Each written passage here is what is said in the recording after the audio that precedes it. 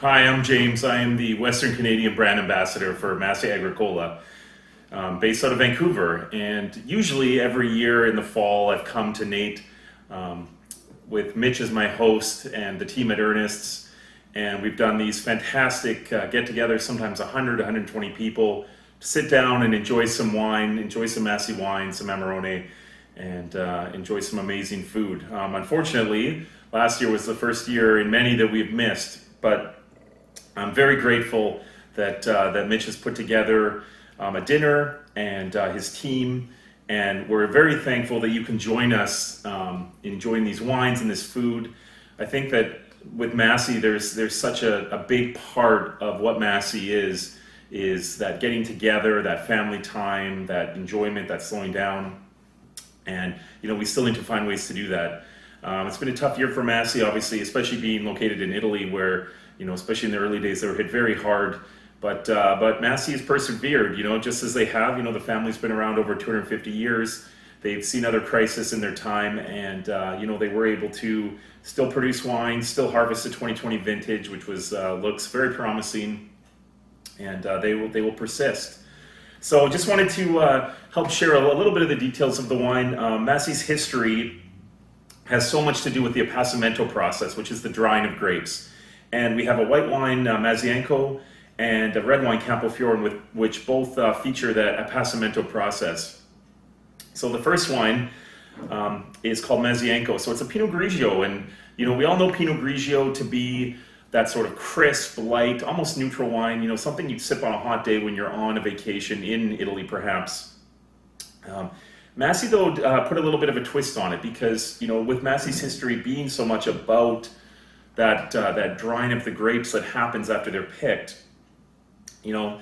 drying grapes adds a lot of richness, a lot of depth. It adds more concentration. But often, a white wine like Pinot Grigio is just, you're trying to get something fresh, something light, something crisp. So what they've done is they actually found another grape indigenous to the region called Verduzzo, which often was used with the grape drying, the appassimento, to make dessert wines. And what they instead did is they just took the Verduzzo and dried it a little bit, and they add just about a quarter of the wine is this dried Verduzzo, and that just adds a little bit of oomph.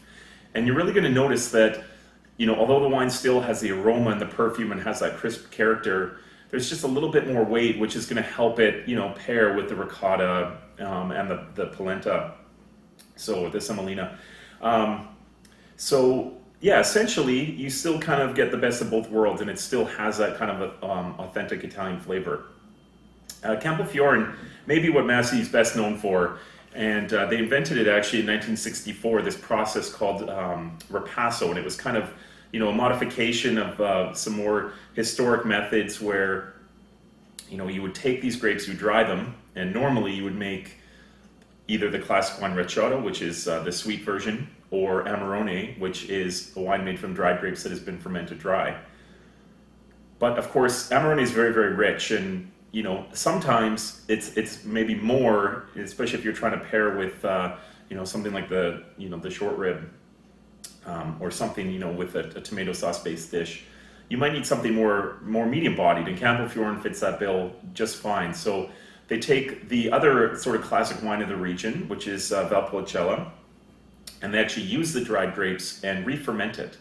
So that adds extra complexity, extra body, it adds extra color.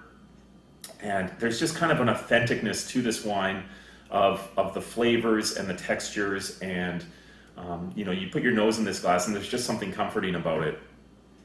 So yeah, I hope you enjoy these wines. You can sit and enjoy them and enjoy the fantastic food prepared by Ernest, and we hope to maybe see you in person this fall. Thank you for your time.